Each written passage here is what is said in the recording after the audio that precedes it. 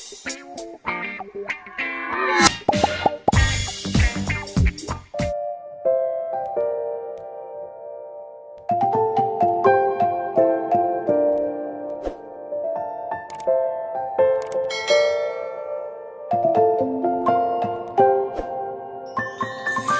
many places still undiscovered, but you're stuck in a past of yesteryear. Forget all the problems just for the moment that is not